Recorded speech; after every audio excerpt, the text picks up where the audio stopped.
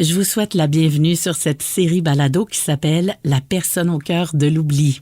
Je m'appelle Mélissa Dion-Deslandes et j'ai le plaisir, en compagnie de la bienveillante équipe de la Société Alzheimer de Brome-Missisquoi et Haute-Yamaska, de vous en faire connaître davantage sur les maladies neurocognitives, l'Alzheimer et sur les transformations qu'amènent ces maladies dans votre quotidien. Le deuxième épisode s'intitule « La vie continue ». Je vous présente Francine Marchand et Alain Sénécal qui ont vécu ce bouleversement et qui témoignent aujourd'hui de leur expérience. Ça n'a pas été la fin du monde, mais ça a été la fin d'un monde parce que ça l'a amené la fin de mon travail. C'est mon employeur. Moi, j'ai eu la chance d'avoir mon employeur qui a tout décelé ça. Puis, il avait relevé 85 erreurs en 6 mois. La Société Alzheimer de Brome-Missisquoi et Haute-Yamaska vous présente le balado « La personne au cœur de l'oubli ». Parlez-moi, quand vous avez reçu votre diagnostic, comment ça s'est passé? Allez-y, Alain. Moi, ça a été... ça n'a pas été la fin du monde. Quand j'ai fini les tests avec mon médecin, les tests MOCA et MMSE, je crois, là, 2 tests en tout cas, puis quand elle m'a donné la prescription pour Aricept, là, je m'en allais à la pharmacie. Là, j'ai eu un petit down. J'ai dit, oh boy, à 60... Puis j'avais 59 ans à l'époque. 59 ans, je trouvais ça jeune. J'avais déjà perdu une bonne partie de ma vision, des lunettes, mes oreilles, les appareils auditifs. Mais là, c'était la mémoire. Ça n'a pas été la fin du monde, mais ça a été la fin d'un monde parce que ça l'a amené la fin de mon travail. C'est mon employeur. Moi, j'ai eu la chance d'avoir mon employeur qui a tout décelé ça. Puis, il avait relevé 85 erreurs en 6 mois, des erreurs, des oublis. Puis c'est quand je lui redemandais les mêmes questions qu'au jour 1 de mon embauche. Là, il a complètement friqué, puis il était inquiet pour moi. Là. Il m'a dit, va donc consulter Alain. Oui. Puis, est-ce qu'à ce moment-là, d'autres gens autour de vous avaient des doutes aussi? Pas tant. C'était subtil. C'était vraiment au travail là, que j'ai... Tu sais, je faisais les ventes, j'étais vendeur, je faisais les ventes, exactement les mêmes ventes 2 fois de suite. Tu sais. Il disait, Alain, c'est fait, ton client en Ohio, tu l'as fait, là, de la vente. Là, je disais, non, je m'en souviendrai. Là, il dit, va voir. J'allais voir, t'as fait. Mm-hmm. Fait que, non, à la maison, ça a été des petits gestes subtils. Les NIP, les mots de passe, les dates de naissance de mes petites filles. Ça, c'est parti. Ma mémoire courte, la mémoire de travail, c'est elle qui écope présentement. Mm-hmm. Le bon vieux gagné, les vieilles connaissances que j'ai, ça, c'est intact. Enfin, tant mieux. Et il y a Francine qui se retrouve dans la même situation que vous. Tout à fait, sauf que, puis j'aime ça qu'ils disent que le bon vieux gagné, parce que ça, on n'oublie pas ça. Pas du tout. Moi, ça a été une totale surprise. Première des choses, j'avais 72 ans. J'arrêtais toujours quand on arrivait au mois d'octobre, novembre, parce que je travaillais à peu près 8 mois par année. OK? Et puis, à un moment donné, mon mari me dit, je trouve que tu cherches tes mots. Je dis, voyons. Non, je cherche pas mes mots, là. OK? Fait que, non, je l'ai pas cru. Une chance qu'il est tenace, parce que pendant presque 3 mois, il n'a pas arrêté de me dire ça. Et moi, je ne voulais peut-être pas l'entendre, mais sauf qu'à un moment donné, dans ma tête, ça m'a dit, mais coudonc, tu as toujours trouvé qu'il était intelligent. Peut-être que tu devrais l'écouter. Tu sais, fait que j'ai dit, ah oui? Puis là, je le sentais de plus en plus nerveux, fait que je lui ai dit, écoute, je sais que je vais appeler le médecin, on va prendre un rendez-vous, puis je te jure que j'y parlerai. Et voilà, c'est comme ça. Puis quand je suis allée chez mon médecin avec lui, puis nous, on rentrait tous les deux ensemble chez le médecin, un vieux couple, tu comprends? Là, je lui dis, faut que je te dise, il trouve que j'ai des problèmes de mémoire. Elle me dit, et toi?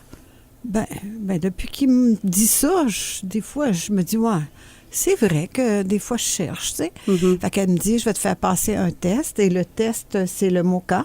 OK? C'est-à-dire, c'est une feuille. OK? Et tout le monde passe ça. C'est le premier test. C'est une feuille, 30 questions. Et voilà, j'ai passé le test. Ensuite est venu justement le soutien. Vous êtes allé à la Société Alzheimer, Brome-Missisquoi, Haute-Yamaska. Oui. Là-bas, comment on vous a accueillis? Qu'est-ce qui vous fait du bien? Moi, ça a été mon premier réflexe. Je voulais tout connaître de l'Alzheimer. Je voulais être Je voulais tout connaître, puis je suis allé immédiatement. Ça a été un réflexe. Je savais qu'il y avait une société Alzheimer à Granby, donc je suis allé les voir tout de suite. Puis on y rencontre des gens attentionnés, des perles, des anges. Oui. Moi, je me suis senti bien quand je suis rentré là. C'est épouvantable.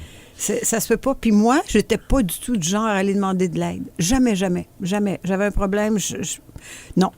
Mais là, j'ai dit, ben là, je vais avoir besoin de soutien. Et quand je suis allée là, première des choses, je me suis sentie déjà à l'aise, tellement accueillant que tu te sens pas que là, tu t'en vas puis que c'est du monde qui vont, je sais pas, moi, te juger ou... Non, la conversation se fait...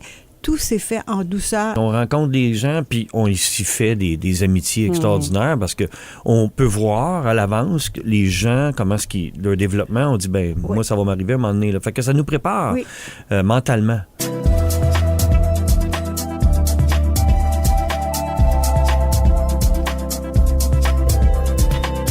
Pour moi, les livres sont très importants. C'est-à-dire les livres que j'ai pu lire sur l'Alzheimer, même assez que quand ça m'est arrivé, la première chose sur Internet, quand j'ai eu mon diagnostic, OK, puis là, je veux lire un livre écrit par quelqu'un qui l'a eu. C'est vrai Il n'y en a aucun.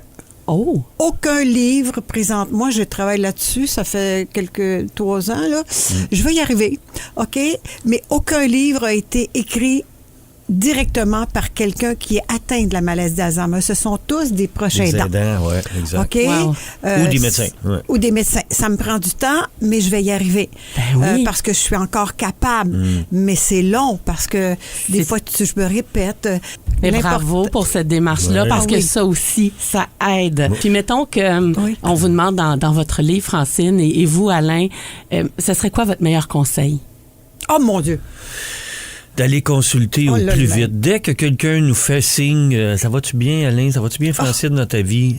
Courez chez le médecin, allez chercher de l'aide, parce que le dépistage précoce est tellement important. C'est une course à la montre. Hein? Moi, j'ai eu la chance. On m'appelle capitaine optimisme moi, dans la vie, puis je considère ça aujourd'hui que c'est une chance que je l'ai eu si tôt. J'ai le temps de tout faire ce que je veux faire. Je ne peux pas savoir les expériences, les activités que je fais avec des gens que j'aime, puis que je les appelle, puis je dis, hey, on fait ça, puis j'ai cette chance-là.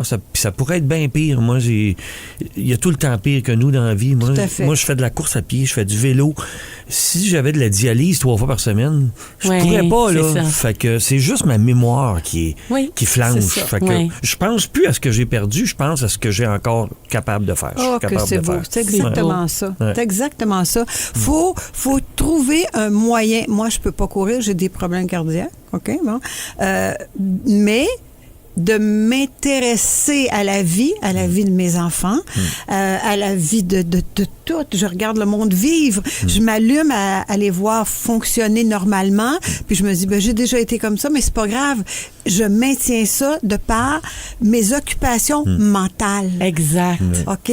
Puis le partage j'ai une grosse famille, fait que le partage avec mes enfants, je pense que c'est ça. Puis l'amour, mon mari est toujours là, toi. Hein? Primordial. C'est primordial. Fait que je pense que c'est d'être conscient que oui, c'est une finalité, mais moi, en tout cas, je trouve qu'on a la chance de la préparer.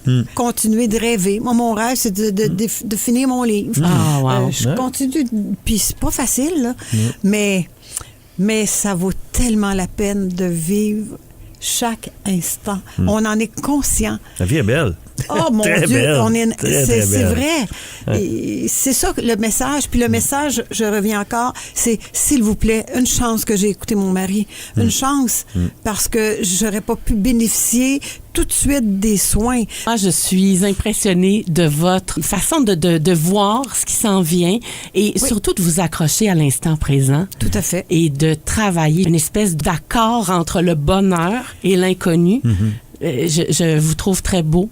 Merci Francine, merci Alain pour votre partage. Francine Marchand et Alain Sénécal nous rappellent que oui, la vie continue. Dans le prochain épisode, nos premiers pas avec vous. Donc, nous, on peut guider, vulgariser aussi. Là, il y a beaucoup d'informations qui est transmise par les professionnels de la santé, le CLSC, tout ça. On est vraiment là pour accompagner puis guider dans chaque étape qui n'est pas facile nécessairement à comprendre. La personne au cœur de l'oubli, une présentation de la Société Alzheimer de Brome-Missisquoi et Haute-Yamaska, qui aide et soutient les personnes qui vivent avec un trouble neurocognitif et leurs proches. Malgré la maladie, il y a une personne. Ne l'oublions pas. Pour plus d'infos, contactez-nous au 450-777-3363 et au alzheimergrandbay.ca. La personne au cœur de l'oubli, une production M105.